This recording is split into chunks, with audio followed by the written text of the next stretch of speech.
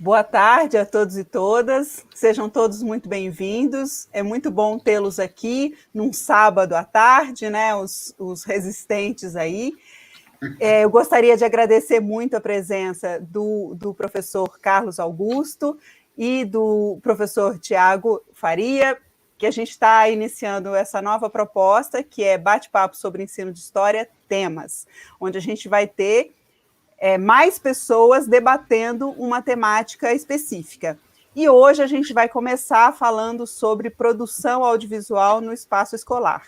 Passo a palavra agora para a nossa colega Marcela, que vai dar continuidade. Então, boa tarde a todos, boa tarde, professor Carlos, professor Tiago, professora Vitória.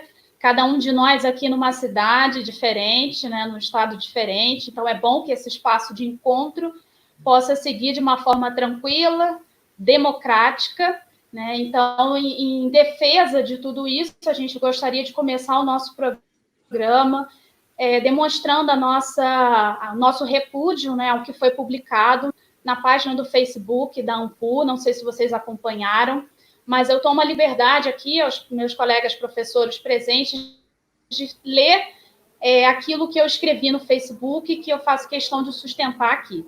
Colegas, com todo respeito, na minha visão, infeliz escolha de promover o debate com o meme publicado na página da AMPU.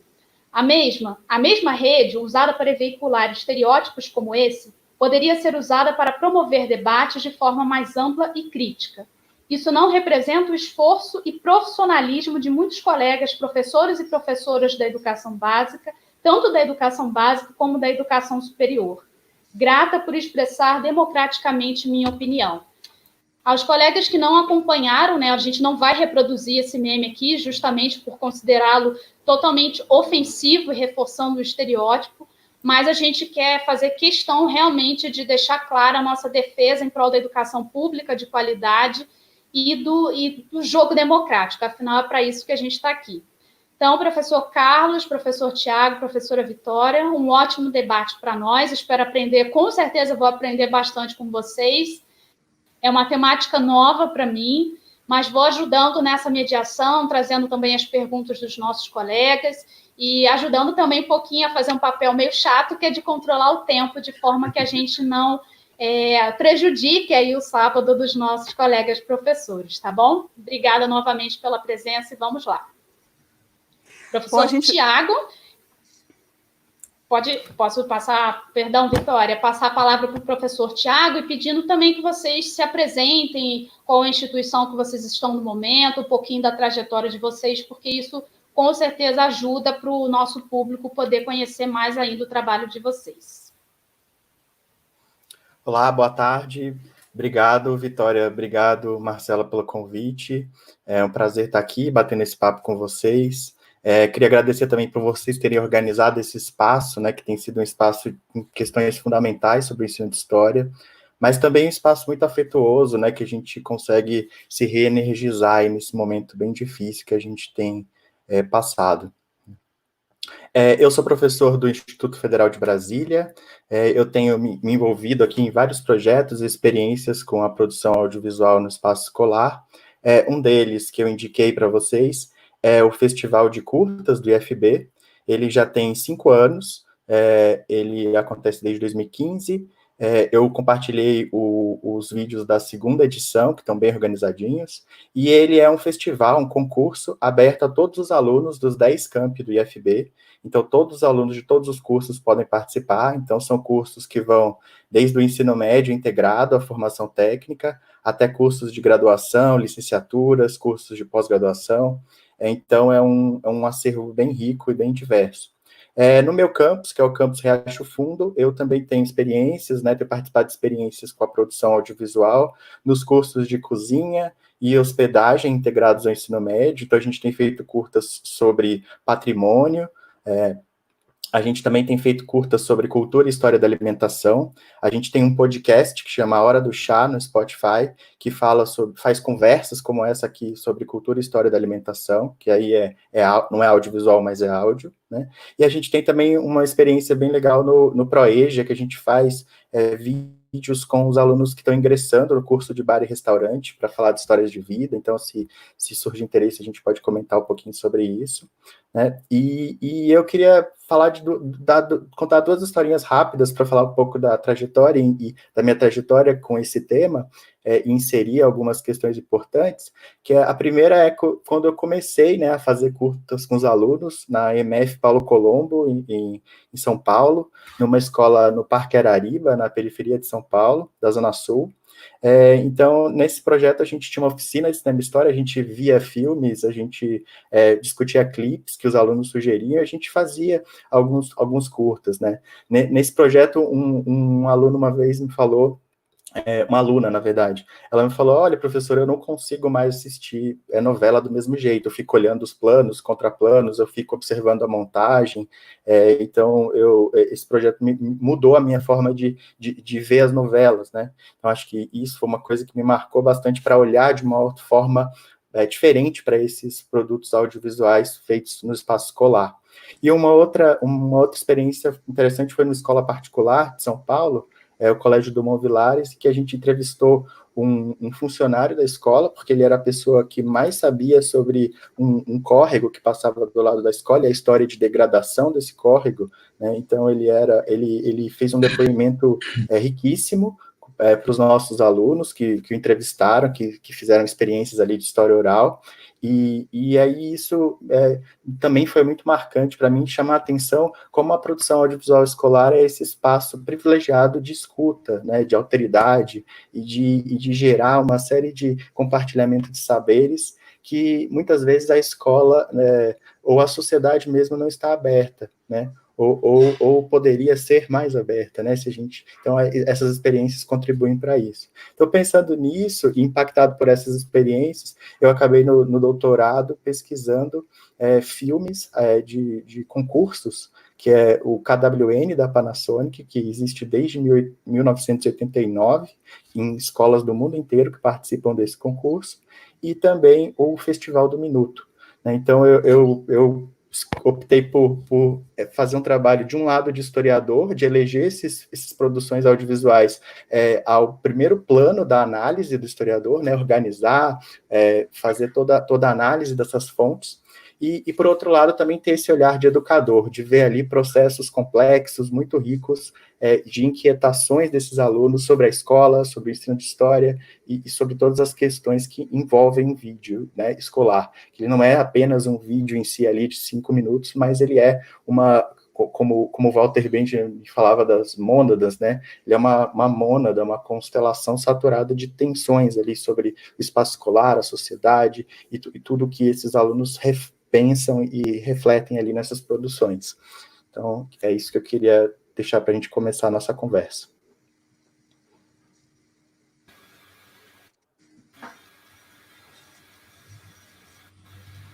Obrigada, professor Tiago. Passo a palavra ao professor Carlos, mantendo, se puder, né, uma breve apresentação sobre você, sobre a sua trajetória, a instituição que você se encontra, e que fale um pouquinho também dessa experiência de produção audiovisual. Olá, Marcela. Olá, Vitória. Boa tarde para vocês. Muito obrigado pelo convite. Olá, Tiago. Um abraço. Vamos tentar aqui hoje tornar essa tarde de sábado um pouco mais agradável, né, com a nossa participação nesse feliz encontro. Eu sou Carlos Augusto Lima Ferreira, eu trabalho na Universidade Estadual de Feira de Santana, trabalho no curso de História, no mestrado de História, no curso de Pedagogia e no mestrado de Desenho, Memória e Interculturalidade.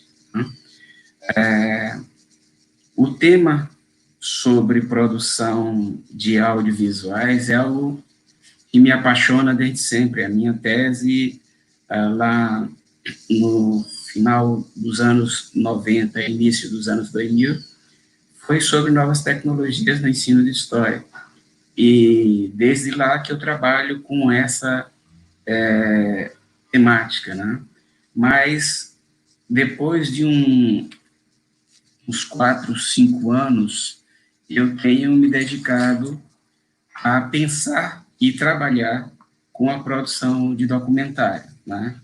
E essa paixão aconteceu a partir da leitura de um texto de uma historiadora que eu tive a oportunidade de trabalhar com ela num projeto chamado PROCAD, que era um programa de qualificação docente entre a Universidade Católica, que eu trabalhava à época, aqui da Bahia, a PUC São Paulo, a Federal de Uberlândia e a Unesp de Assis, a professora Déia Fenelon, né, a quem eu rendo as minhas homenagens desde sempre e acho uma das maiores historiadoras da história do Brasil e a considero como uma das iniciantes do debate sobre ensino de história, com um texto genial dela sobre a formação profissional.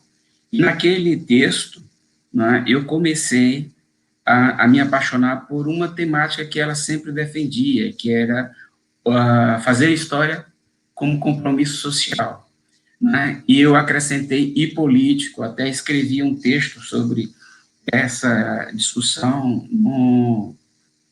um texto que foi originário de uma fala que eu fiz no encontro da AMPU do Paraná há 2 anos atrás, né? Está disponível no site da editora FI. Lendo os textos da Déia, ela dizia uma coisa que eu gosto de destacar, era que a história, independentemente de a nossa atuação ser uma expressão da reflexão e do mergulhar nos acontecimentos sociais, é também uma expressão de uma experiência social vivenciada. E isso calou muito fundo em mim, né? E na medida em que eu assumi a coordenação do PIBID interdisciplinar em História, Geografia e Letras, né, eu tinha vontade de, a partir daquela experiência do PIBID, fazer da minha experiência, né, enquanto profissional da universidade, torná-lo uma experiência social vivenciada. E o nosso projeto teve, entre as escolas que nós trabalhamos, uma escola de estudantes de um quilombo, chamado Quilombo da Lagoa Grande, né? E essa foi uma experiência genial, porque foi a partir dessa experiência que nós começamos a trabalhar com a produção audiovisual.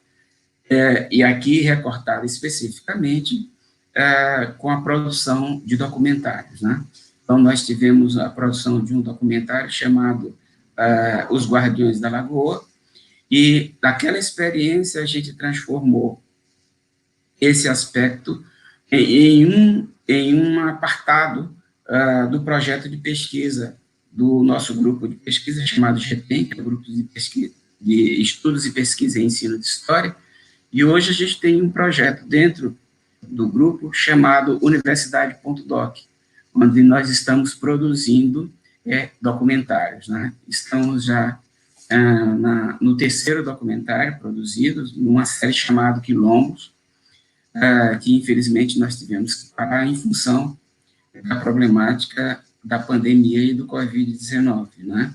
Mas são 2 quilombos, um quilombo chamado Quilombo da Matinha e o outro Quilombo Tapera Melão, né? O Quilombo da Matinha vai versar sobre uma discussão centrada na educação, notadamente a educação quilombola, e o Quilombo Tapera Melão no protagonismo das mulheres, né? Descobrimos nesse quilombo que 16 meninas que moram no quilombo são estudantes da universidade. E isso foi muito interessante porque fez com que elas também fossem sujeitos dessa produção que nós estamos fazendo, né? Nesse momento, o material já está todo levantado e está em fase de pré-produção e edição.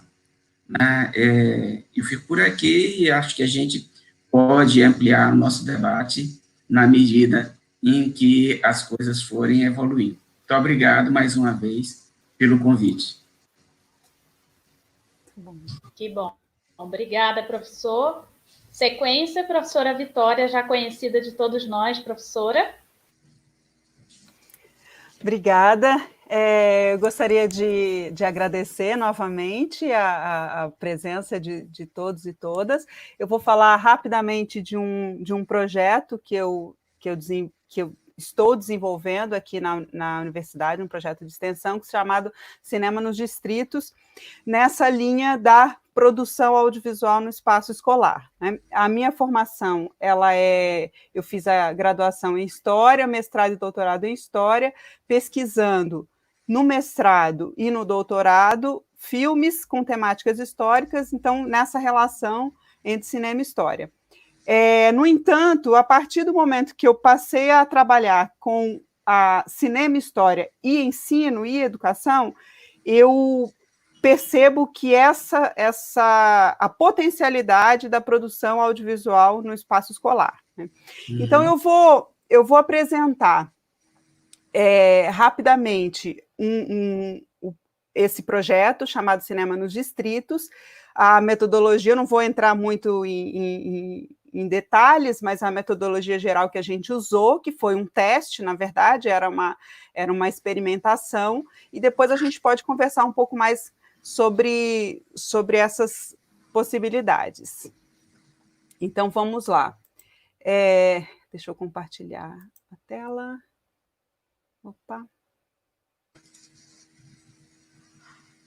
Bom, eu tenho algumas fotos aqui, eu vou passar rapidamente enquanto eu vou narrando. Primeiro, um ponto muito importante no projeto foi que eu quis focar muito na questão da elaboração do roteiro, né? Mais do que, inclusive, é uma coisa que o Tiago fala, né? Quando às vezes a gente fica focado muito na questão técnica, no manejo, às vezes, dos equipamentos, enfim, a gente perde um pouco algumas possibilidades. Então, eu quis focar na questão da construção do roteiro, primeiro ponto, né? Pensar o audiovisual como a construção de uma narrativa. E isso, do ponto de vista do ensino de história, me parece ser extremamente importante, porque a gente está trabalhando tanto a construção narrativa quanto a produção audiovisual, né? E um outro ponto é que a proposta do projeto era criar 2 níveis de formação em paralelo, né? A gente tinha a formação dos discentes do curso de História, de licenciatura em História, e a formação dos alunos na Escola da Educação Básica, professora Ana Célia, em Mendanha, que a gente tinha acesso, então esse projeto foi desenvolvido na escola. Então, a gente tinha essas duas formações. Então, aqui vocês estão vendo fotos do início do projeto, que foi uma oficina de produção audiovisual, iniciando com a construção de roteiros, tá? No caso, quem guiou a oficina foi a professora Savana Vagueiro. A gente trabalhou também, um ponto extremamente importante, era a exibição.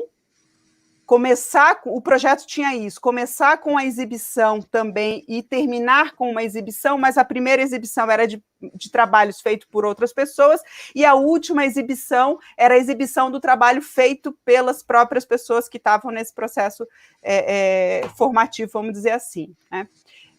Bom, então, a gente trabalhou com essa oficina de roteiro, fizemos uma série de atividades, depois passamos para noções básicas de questões mais técnicas, né, bem básicas, isso para os alunos do curso de licenciatura. Aí nós temos os vários alunos que participaram, tivemos a apresentação, né, dos roteiros e dos projetos. Isso aí é a continuidade da oficina de produção. A nossa equipe, né? Não vou conseguir falar o nome de todo mundo, mas saudade desse povo, né? Saudade de encontrar todo mundo, né? Enfim. Bom, e nós fizemos fizemos várias entrevistas, né, com os próprios alunos, falando. Aqui a gente tem o Wilton, né, que inclusive acho que está nos assistindo, e do depoimento dele nós produzimos um curta também, a partir do depoimento dele. E fizemos também oficinas de de edição, né, com um aluno, um discente do curso também, o Emanuel, ele deu essa oficina. Essa foi a parte, então, na universidade.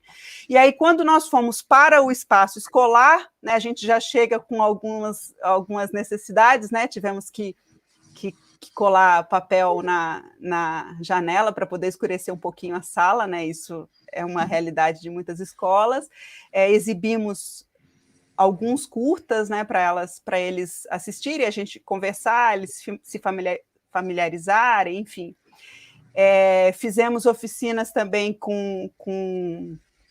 porque a temática principal do projeto era a patrimônio cultural, e aí fizemos oficinas com a Thaisa e com o Alan, que nos auxiliaram nessa oficina de patrimônio cultural.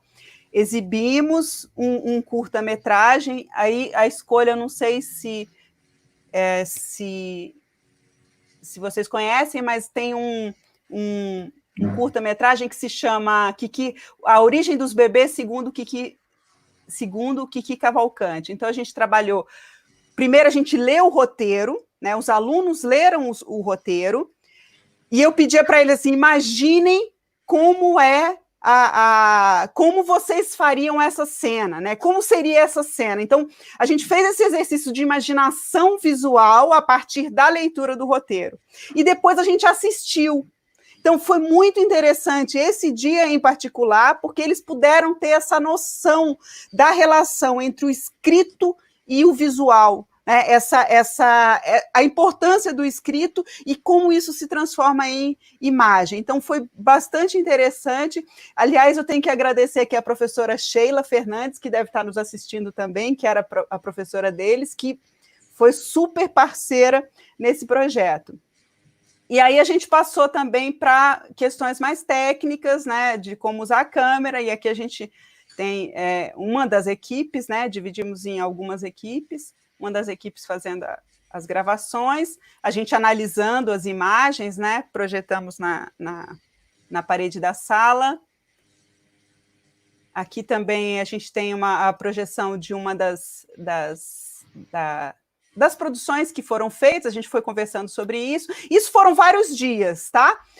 E culminou, eu estou falando bem rápido, mas foi assim, um projeto de 1 ano, na verdade, né? E culminou com a exibição para eles, né? Esse espaço que vocês estão vendo é a Casa da Chica da Silva, que é um espaço onde fica o IFAM, aqui em Diamantina, e a gente usou esse espaço para projetar para eles as produções que foram feitas ao longo da oficina. Então, nós projetamos 3 curtas que foram produzidos.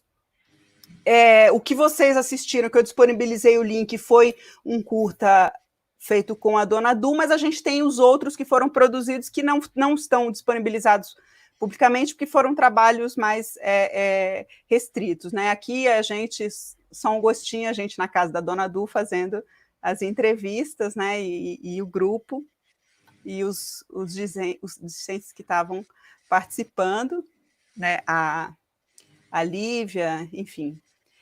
E é isso, pessoal, eu não sei se deu meu tempo, falei muito rápido.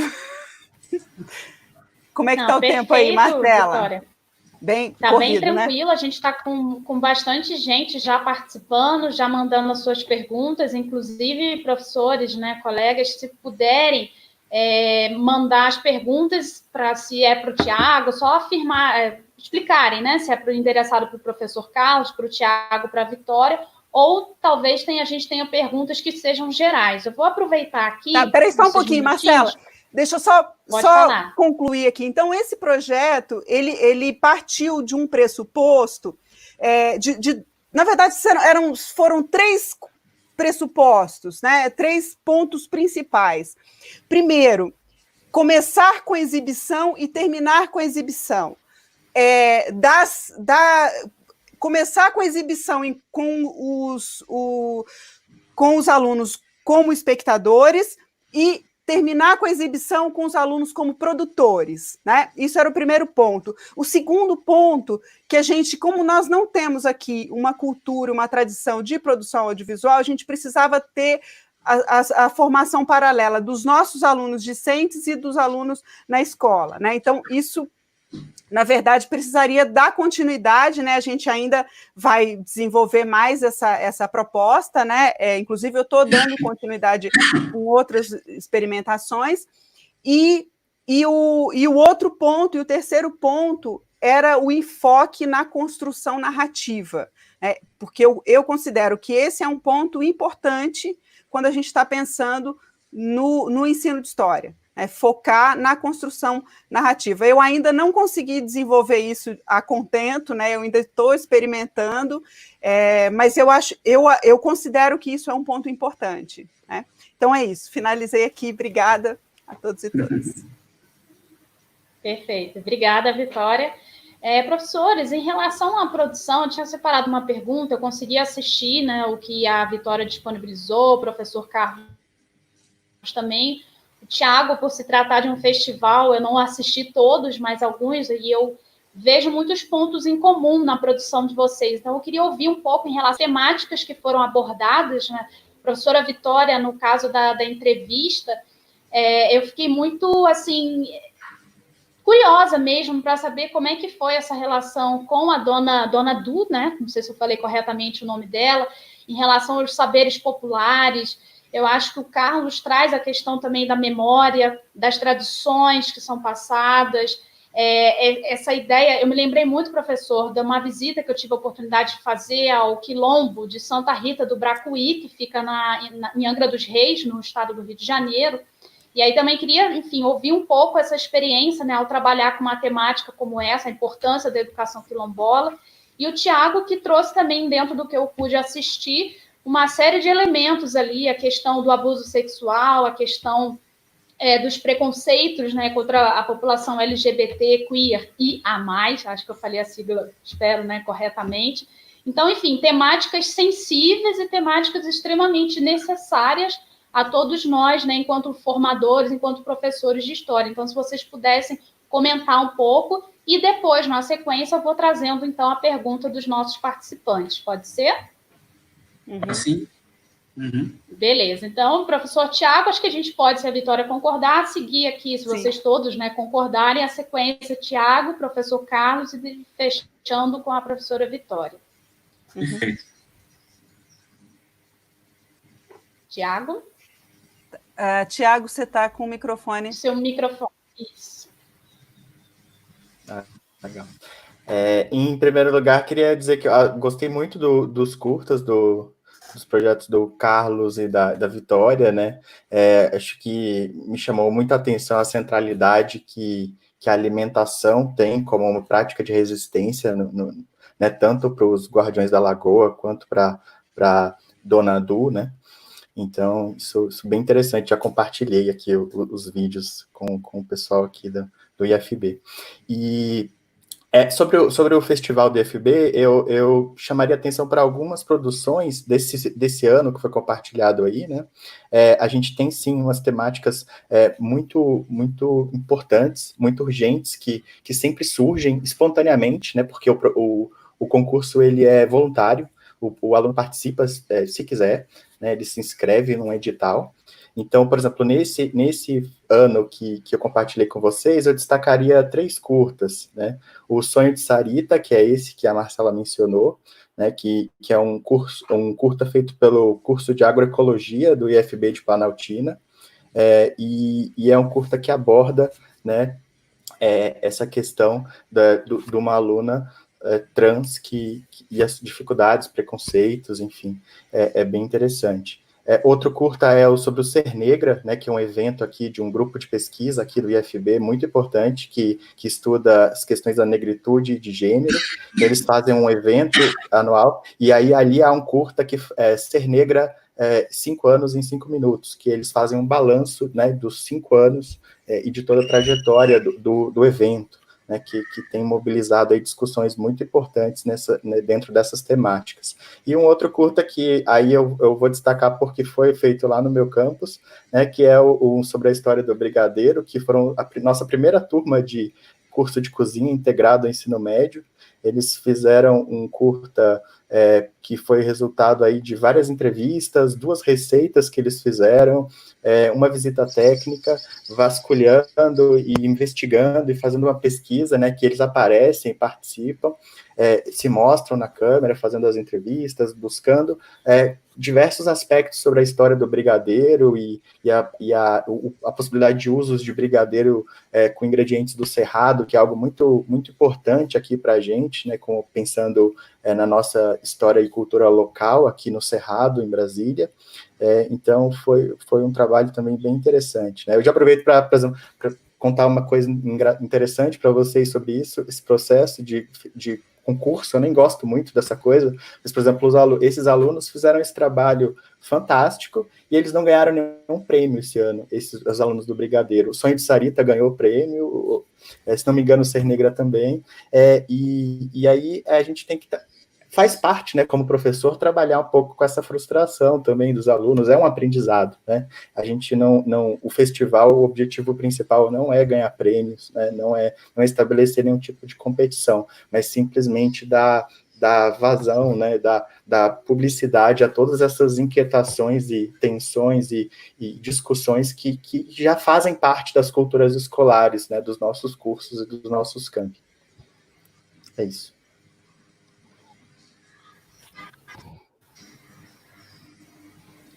Obrigada, Tiago. Professor Carlos na sequência e, posteriormente, Vitória. Eu vi o trabalho de vocês e eu acho que isso deixa a gente com gostinho de voltar para a sala de aula, né, nesse momento tão difícil que a gente vive.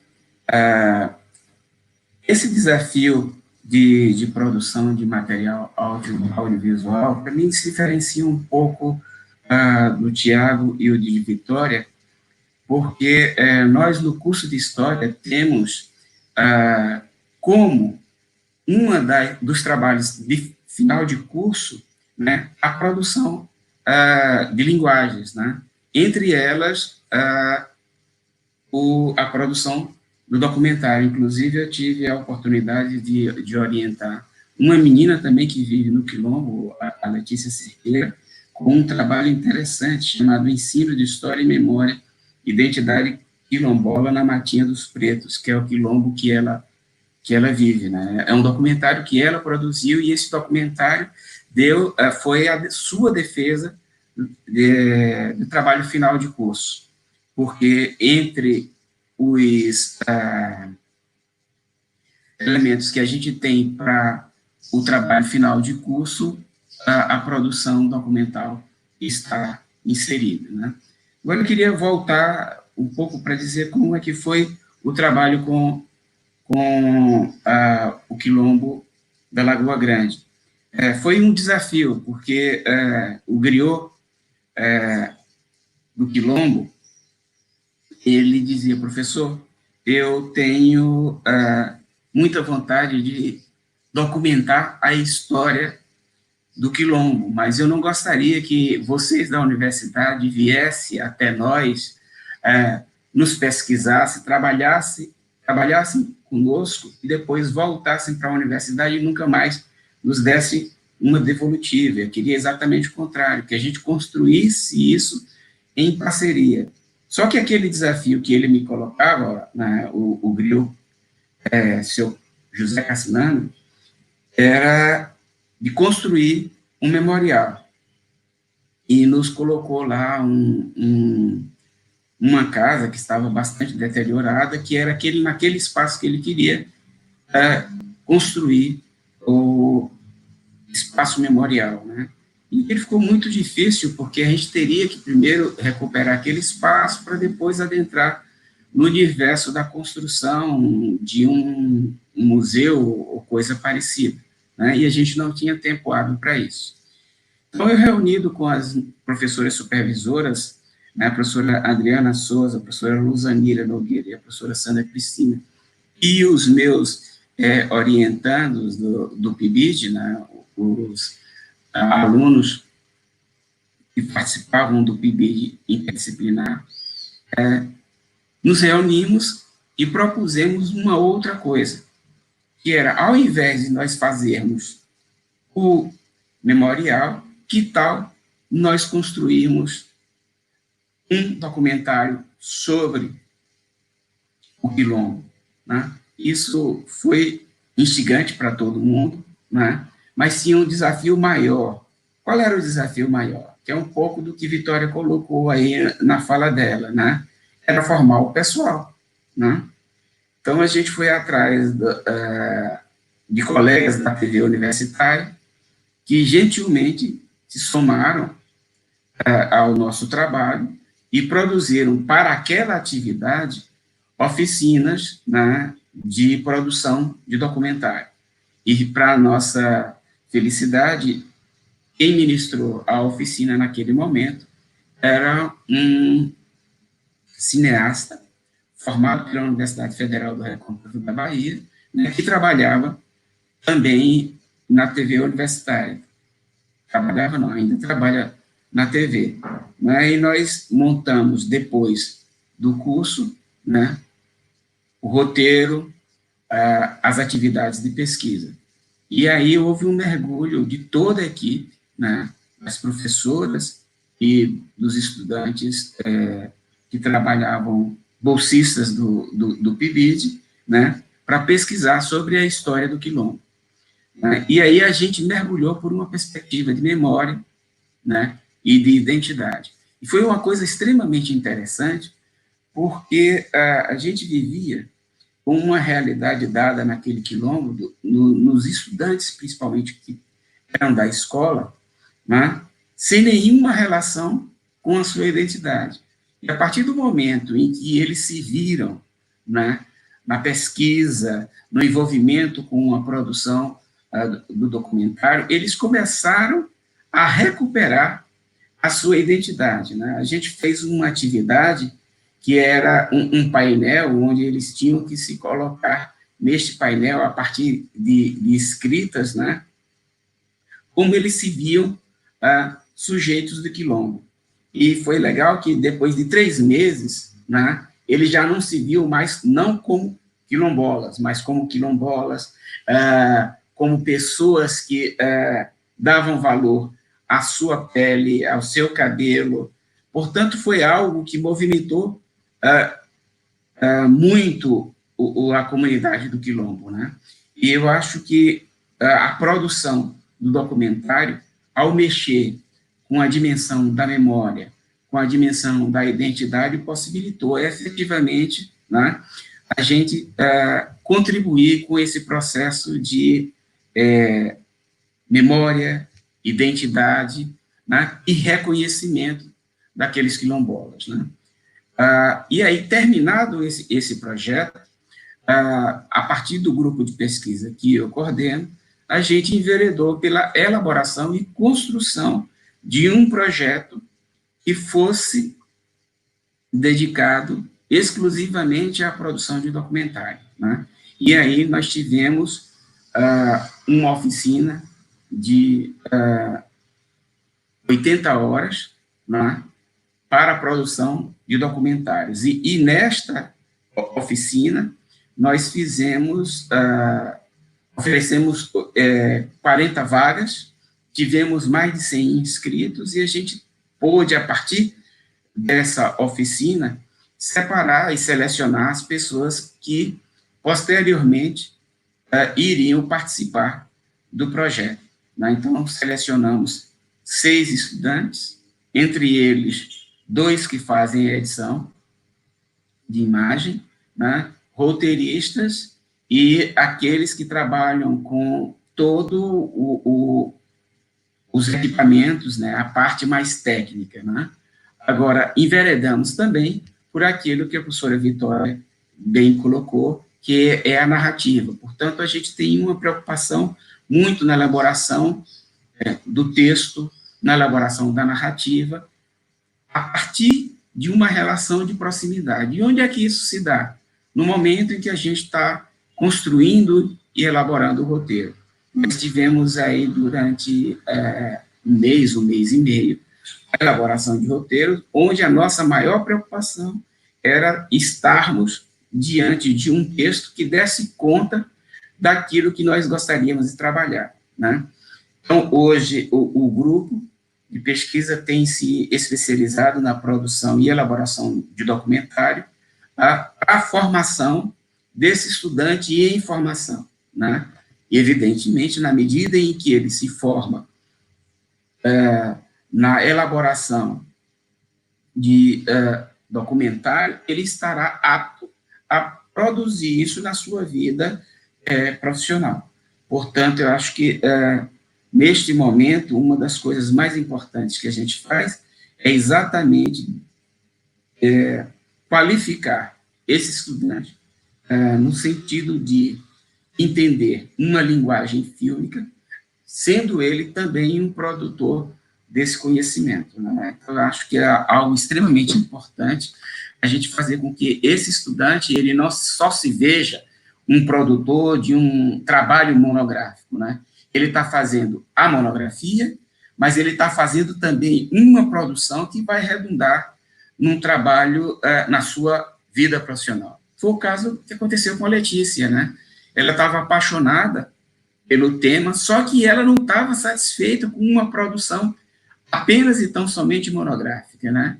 E aí ela me chamou, porque ela tinha conhecimento do documentário, e me chamou e disse: olha, professor, eu sou filha de um elemento que tem uma identidade extremamente forte com o quilombo.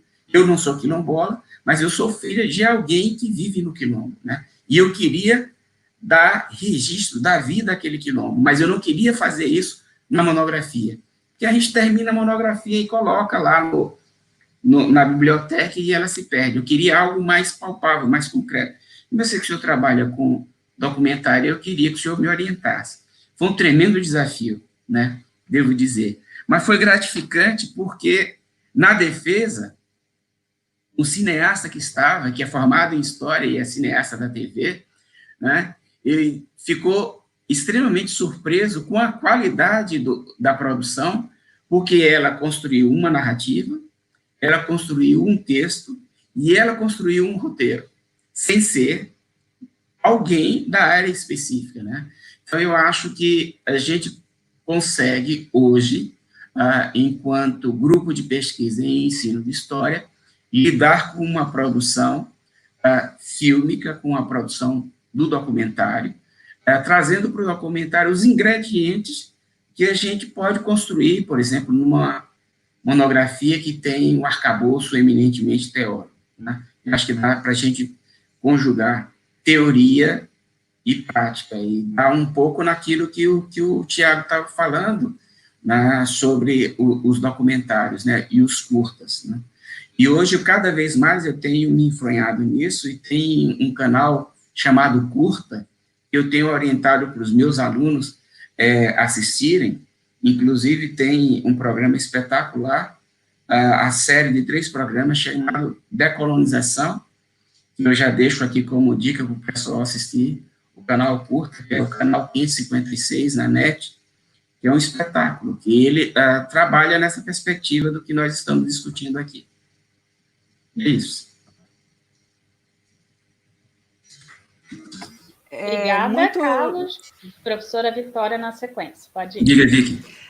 Muito interessante. Eu acho que esses pontos que o Carlos colocou, eu acho tem 3 pontos aí que para mim são fundamentais, né? Essa questão das possibilidades da gente incorporar a linguagem audiovisual na formação, né? Sim. Claro, tem milhares de desafios, mas isso eu acho super importante. E trazer esse aspecto para a formação, né? Essa possibilidade. Fizeram a pergunta... Ela é fundamental, Vitória, e eu acho que a briga que a gente teve, a reforma curricular, para fazer com que, para além das monografias, nós tivéssemos também a possibilidade de defesa na construção e elaboração de outras linguagens que não necessariamente e exclusivamente a monografia, foi o divisor de água, eu não tenho dúvida. Agora, muito interessante vocês terem essa possibilidade, acho que um avanço muito grande, né? Agora, é preciso que nós estejamos abertos a isso, né? Uhum. É preciso a pandemia para a gente entender, por exemplo, que a gente não pode estar distante do debate sobre, por exemplo, novas tecnologias no ensino de história. Sim, sim. Uhum.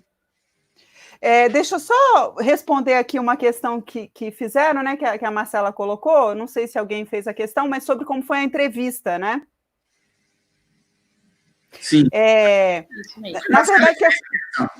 Oi? Foi Marcela que fez a questão. A Marcela. Então, Marcela, a entrevista, o que aconteceu foi o seguinte, dentro do projeto, a gente não tinha nenhum roteiro, nada estabelecido, isso foi o que surgiu a partir da interação com os alunos. Então, os próprios alunos fizeram os seus ensaios, né, de possíveis entrevistados, de pessoas que eles gostariam, e aí um dos grupos, né, formado por alguns alunos, eles propuseram esse trabalho sobre a dona Du, que é a avó de uma das alunas, né? Então, a entrevista foi uma coisa super tranquila, porque assim, estava junto à neta, né? Então era uma coisa tipo assim, a gente era como se a gente fosse de casa, então fomos conversando, e ela meio que elencou as perguntas que seriam feitas, a temática, né? Então isso foi algo, vamos dizer assim, que surgiu do próprio espaço escolar a partir da proposta das alunas. Houve outras propostas, a gente não conseguiu dar continuidade, né? Até em questão em função do tempo, e também outras propostas que não foram publicizadas, né, que ficou mais no âmbito do projeto, ficou fechado no projeto. Então, essa foi a dinâmica da entrevista. Eu não sei se era isso que você estava perguntando. Sim, era uma curiosidade mesmo. E alguém perguntou, e eu acho isso um ponto interessante, os alunos com quem eu trabalhei nesse projeto são alunos do ensino fundamental, tá? Do 6º ao 9º ano. Então, não foi algo assim, não eram com alunos mais velhos, etc. São alunos de uma escola de um distrito de Diamantina, que se chama Mendanha, e foi uma experiência, assim, espetacular. Eu adorei, mas enfim... É isso. Vocês têm mais alguma outra questão? Não sei se vocês gostariam. A gente falando assim, dá vontade de voltar para a sala, né? Dá, né? Teve esse comentário aqui também. Professores, eu posso trazer na pergunta do público? A gente tem bastante comentários e perguntas. Uma primeira aqui endereçada ao Tiago. Se vai haver o Festival de Brasília esse ano, se for, vai ser à distância? A primeira pergunta aqui. O Marco Aguiar, né, que perguntou.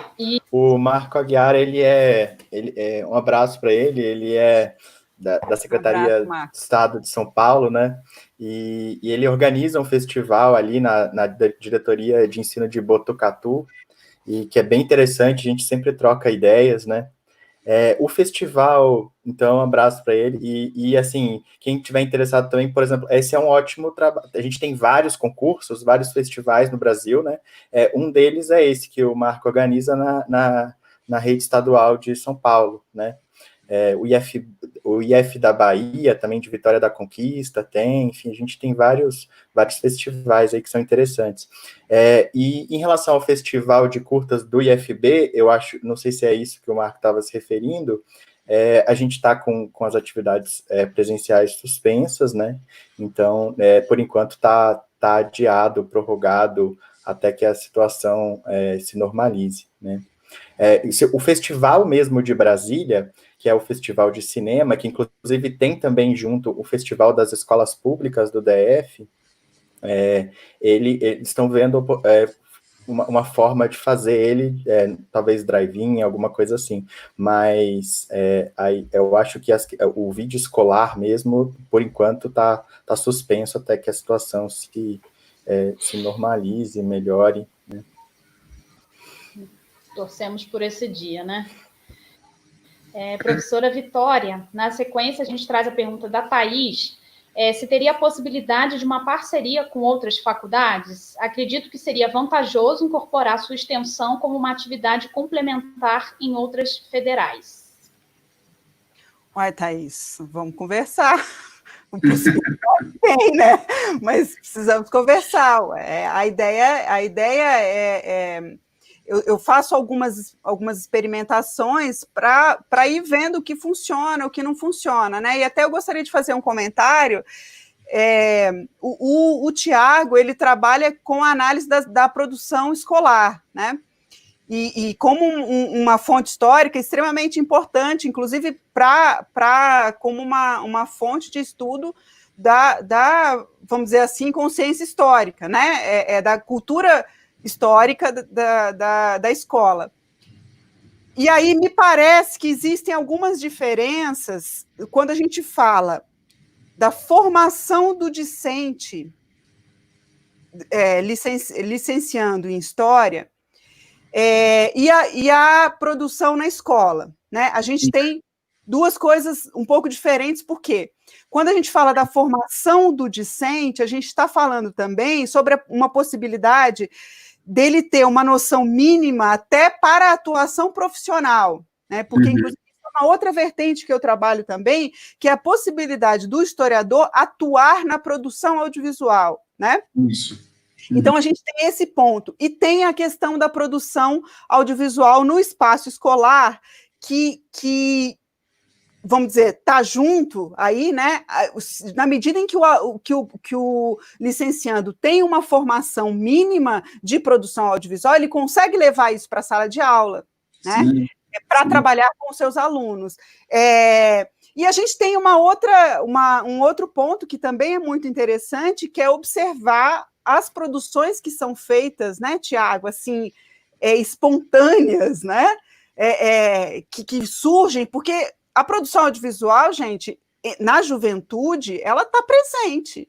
Sim, né? sim. Muitos jovens, eles sabem, e Mendanha mesmo, quer dizer, eles têm noções básicas, não é tão... Alguém perguntou sobre o uso de equipamento, não é tão difícil, porque os alunos, eles conhecem várias coisas, eles têm uma cultura audiovisual, às vezes maior do que nós professores, né? Então, isso é uma realidade também que é interessante usar essa experiência também, né, a favor do ensino de história, né? Eu acho que uma coisa que você toca é extremamente importante, mas eu acho também que na medida em que a gente mudar culturalmente a formação inicial, a gente mexe na escola, porque a escola tem uma chamada cultura escolar, né, de uma relação completamente distinta. Os jovens fazem isso porque tecnologicamente eles estão aí, é cotidiano quase deles, né?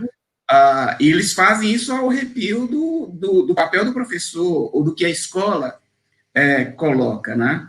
A minha última experiência na residência pedagógica, os alunos da residência pedagógica quase que solicitaram ao professor para produzir um documentário, e eles não precisaram de ter oficina, diferentemente da gente, eles dominam, né? E um menino que me ensinou, por exemplo, como fazer cortes com o celular, que eu não sabia, né? E só o celular ele fez um tremendo vídeo de 30 minutos, né? Portanto, isso é uma outra coisa. Mas acho que na medida que a gente, na universidade, portanto, na formação inicial, começar a pensar, né, como lidar com esta formação voltada para a elaboração do material audiovisual, a gente vai interferindo positivamente, né, e criando massa crítica para essa perspectiva, portanto, para essa produção, ser levada à sala de aula de uma outra forma, né? Eu penso que são duas coisas distintas, mas eu acho que o nosso papel se reveste de fundamental importância. Um pouco diferente, por exemplo, do Instituto Federal, que ele é híbrido, né? Ele tanto forma o pessoal de nível superior, como forma também o pessoal de educação básica. Mas eu vendo aqui, Marcelita, aqui as pessoas, eu vou colocando, acho que tem uma professora aqui da Chapada Diamantina que fez uma pergunta sobre o Quilombo. Eu posso disponibilizar para ela, se interessar, o meu e-mail, a gente pode trocar figurinha, porque ela em algum momento eu passei aqui muito rapidamente, né, a questão de quilombo lá na Chapada, e eu tenho, sim, muito interesse, porque é uma das áreas que a gente está trabalhando. Como eu disse, a gente tem séries, né, a primeira série que nós começamos a trabalhar foi sobre memória e identidade quilombola.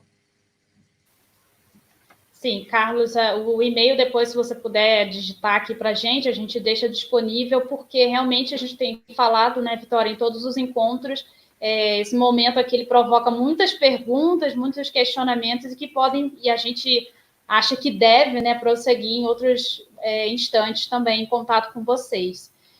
Professores, eu trouxe uma pergunta.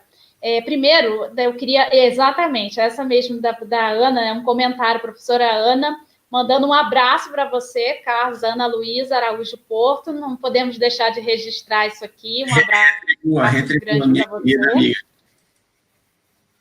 Está enviado. Abraços virtuais em tempos de pandemia. E, na sequência, a gente está caminhando já para o nosso fechamento. Eu vi comentários também que queria que a live fosse até às 8 horas da noite, mas a gente sabe que sábado também é importante dar uma respirada e renovada aí nas energias. Eu queria trazer a pergunta, e vocês fiquem à vontade, acho que todos podem comentar, da professora Elizabeth Seabra. Parabéns pelo trabalho, aliás, várias pessoas, colegas foram colocando aqui, parabenizando vocês. Ela gostaria de saber, ela disse que admira demais, né, e gostaria de saber se consideram questões de estudos decoloniais em relação à produção audiovisual que vocês trabalham. É uma boa, excelente pergunta.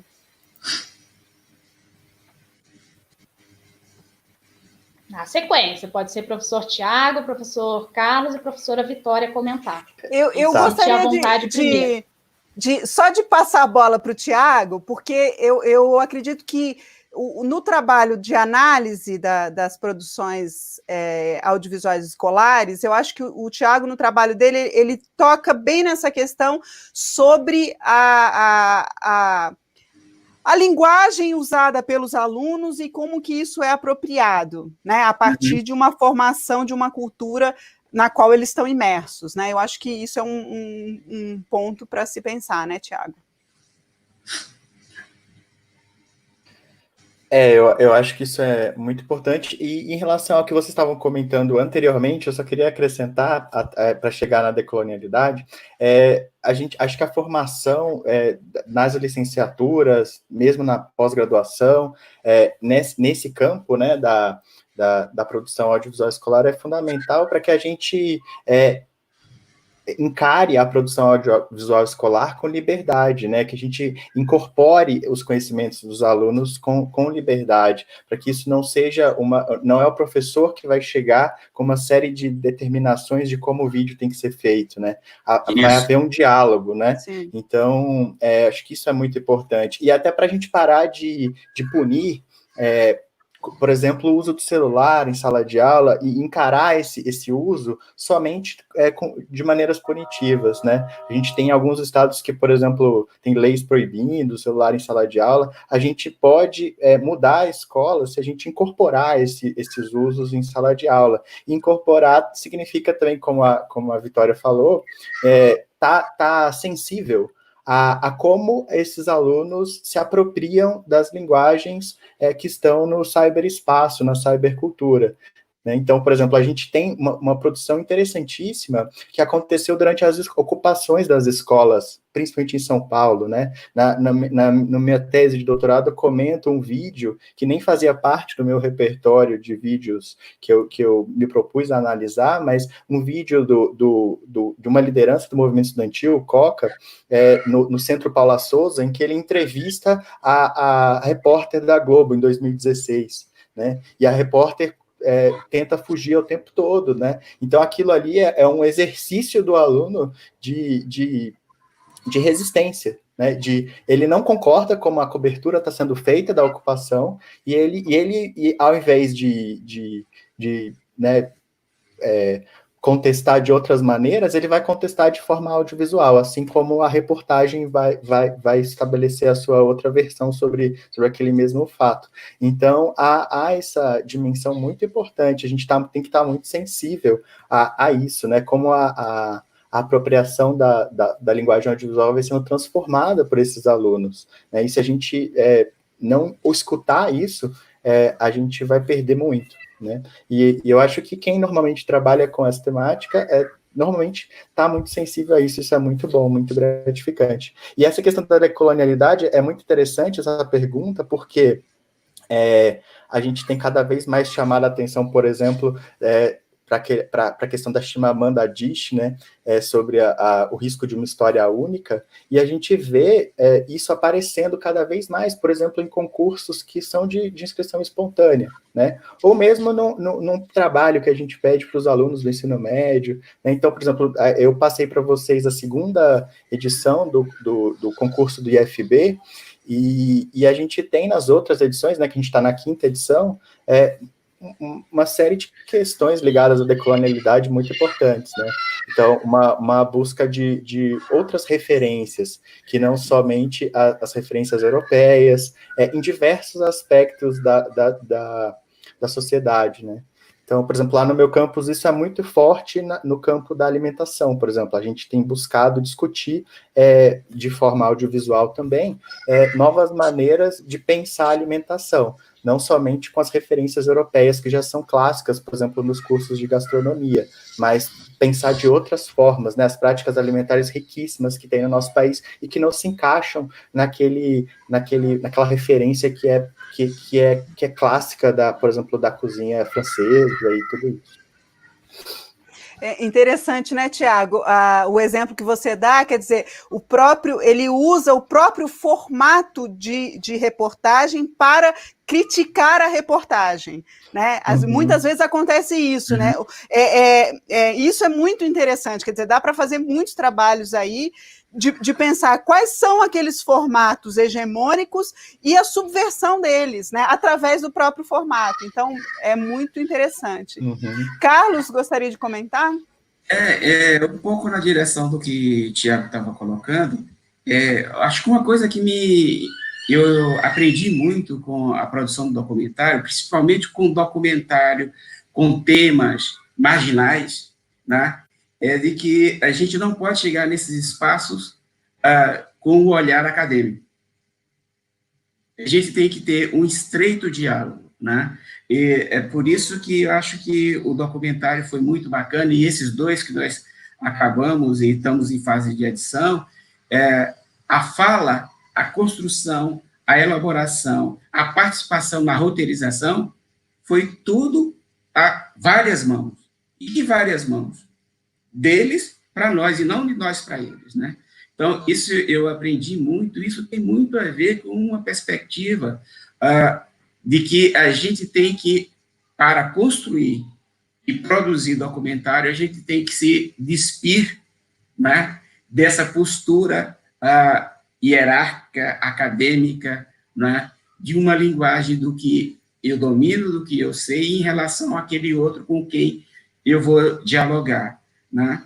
Então, assim, acho que ter participado disso, ou estar participando disso, estar elaborando isso, estar construindo isso, estar tendo a possibilidade de, na universidade, mergulhar nesse universo, né, tem me colocado muito mais a aceitar esse novo diálogo, essa nova forma de dialogar, né?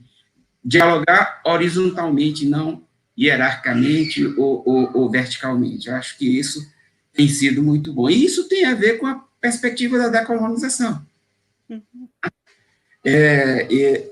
Eu participei de uma banca de concurso na Unilab, uma universidade estritamente negra, africana, dessas relações africanas, que é a última universidade que o governo Lula aprovou, e que o tema apareceu para mim, de decolonização, pela primeira vez, com autores africanos, né, que a gente aqui simplesmente desconhece. E o menino que passou em primeiro lugar era um menino que tinha relação com a África, com os autores africanos. Aquilo também foi algo que hoje eu tenho trazido muito para a produção e elaboração os documentários, até porque a gente escolheu como personagens e temáticas, né, temas transversais, pessoal marginal, né? Eu não gostaria de trabalhar com outra, e saindo do segundo tema, a gente está indo para a questão indígena, né? Que também são sujeitos invisíveis, sujeitos quase que desaparecidos, né? E o tema quilombo, eu acho que tem tudo a ver com esse... Se a gente entende que no quilombo tem que dialogar a partir de uma perspectiva decolonial. Se a gente também não entende, vai lá e constrói um trabalho meramente acadêmico sem ter esse tipo de relação. Eu entendo que essa relação nossa tem que se dar nessa perspectiva. Eu acho interessante, Carlos, que esse ponto que você traz, que é super importante, ele é uma discussão que no campo da discussão sobre o documentário, ela vem sendo travada, né? Quer dizer, o documentarista não é aquele, vamos pensar aí no exemplo do Eduardo Coutinho, por exemplo, Coutinho, né? Isso, que quer dizer, que se despiu da autoridade, ele é um sujeito, mas isso. Não o sujeito num pedestal, né? Então, isso Exato. É muito interessante. Eu queria, só para finalizar, pessoal, é o seguinte, a ideia... E aí, Carlos, eu já vou lançar aqui a ideia publicamente, né? Carlos e Tiago já estão convidados. A ideia é a gente abrir uma nova frente de debates, porque que eu tenho muito interesse, eu acho que é uma área que a gente precisa desenvolver, né, na área de história, que é essa interação audiovisuais e história, né? E continuar o debate audiovisuais e história com novas dinâmicas. Então, pessoal, eu só gostaria de informar, né, que nós vamos dar continuidade a essas conversas, né, sobre audiovisuais e história, permeando, né, evidentemente, sempre a questão educacional, porque é fundamental, né? Uhum. E faz parte, na verdade, quando a gente pensa, inclusive, na interação audiovisual, cinema-história, audiovisual-história, quer dizer, o aspecto do ensino de história, não apenas no espaço escolar, isso é fundamental na preocupação do historiador, né? Porque, afinal, por que estamos preocupados com o que se produz nos audiovisuais a respeito do passado? É uma preocupação educacional, né? Não apenas educacional escolar, mas é uma preocupação sobre o que está sendo vinculado e o que pode ser vinculado, né? Então, eu acho que eu só queria convidá-los, né, a acompanhar esse debate, né? Quem tem interesse, e gostaria de colocar um último ponto. Alguém fez a pergunta sobre como começar do zero, né, se você quiser desenvolver esse projeto na escola. E aí eu vou dar a minha opinião, aí eu vou pedir para o Tiago e para o Carlos falar um pouco sobre isso, né, o professor que gostaria de começar do zero. Então, eu diria o seguinte, qualquer coisa que o professor vai fazer no espaço escolar, eu acho super importante a experimentação. Então, experimente, né? Comece com um celular, comece conversando com os alunos, comece mobilizando para um projeto pequeno, enfim, vá fazendo testes e sinta o seu aluno, porque talvez você possa se surpreender com o que os alunos vão trazer para você. Então, comece fazendo essas experiências do zero, né?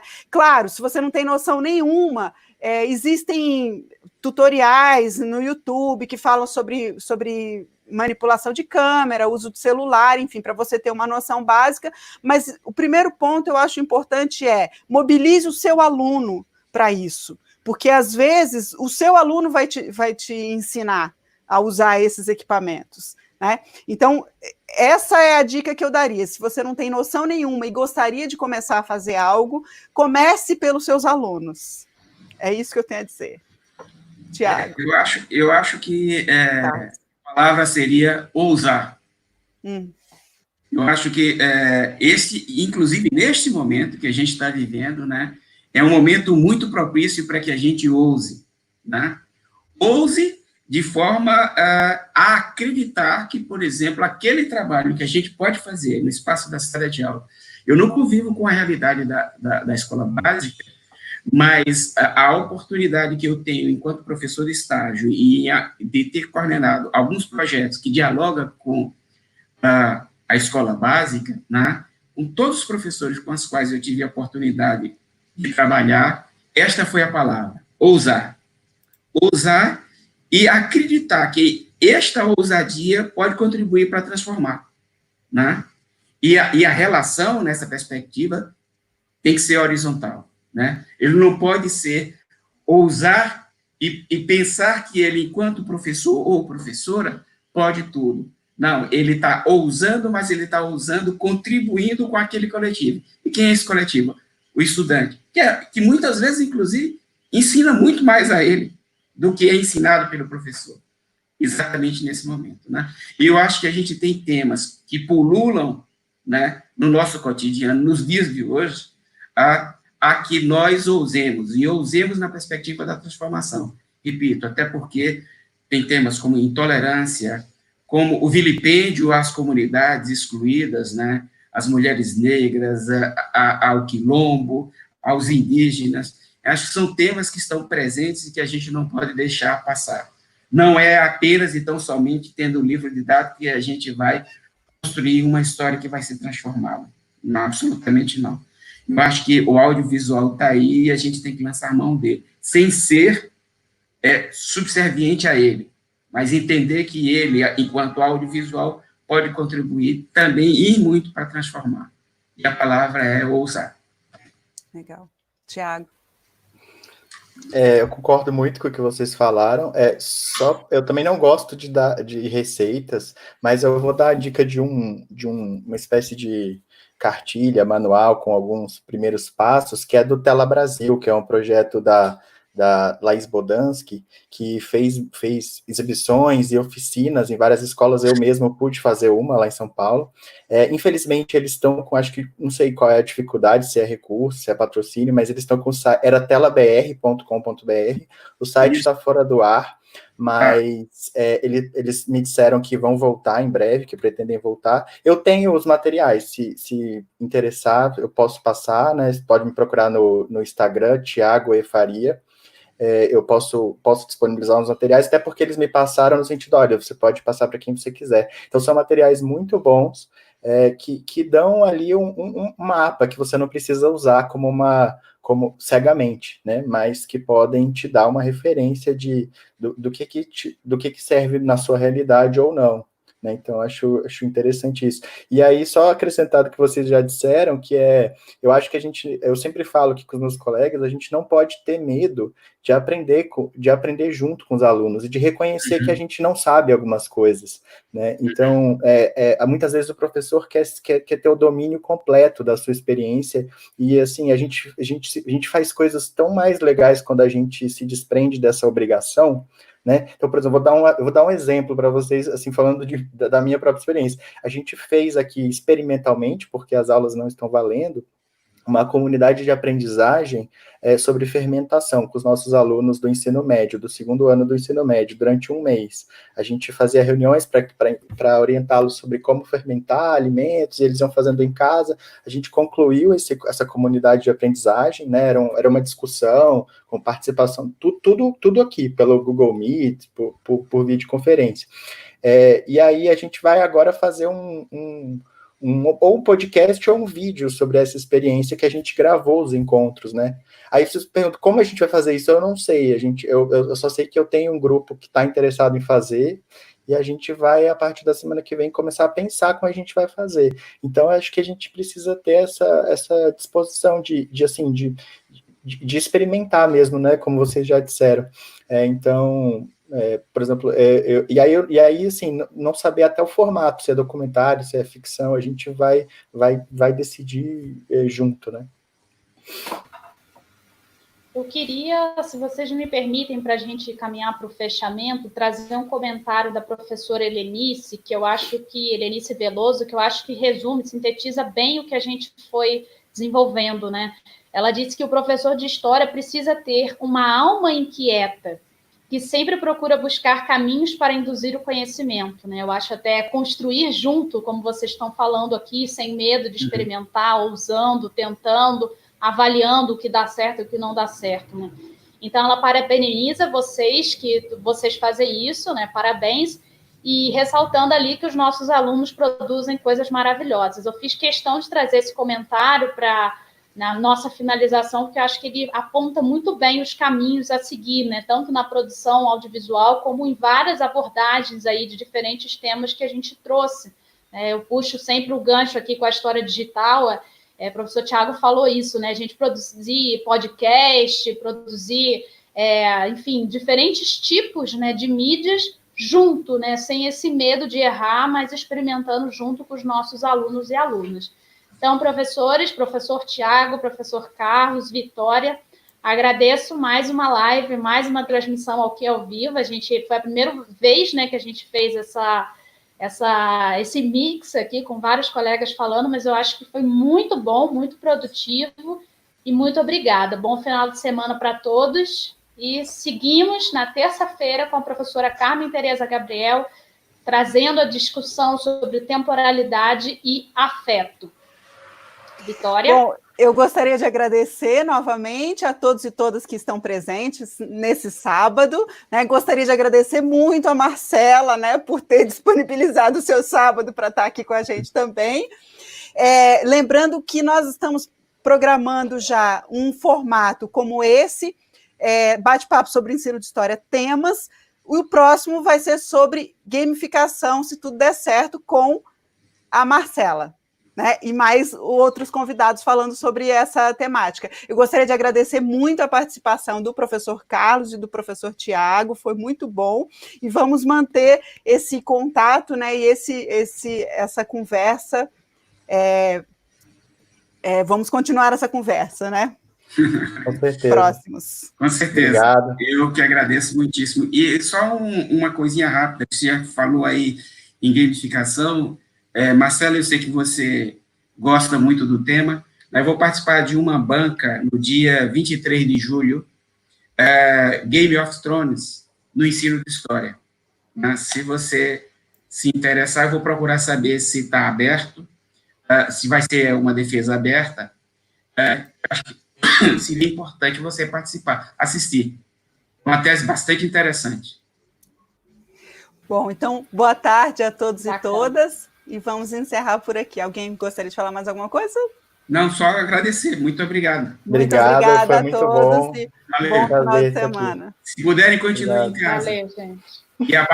E abaixo o gozo.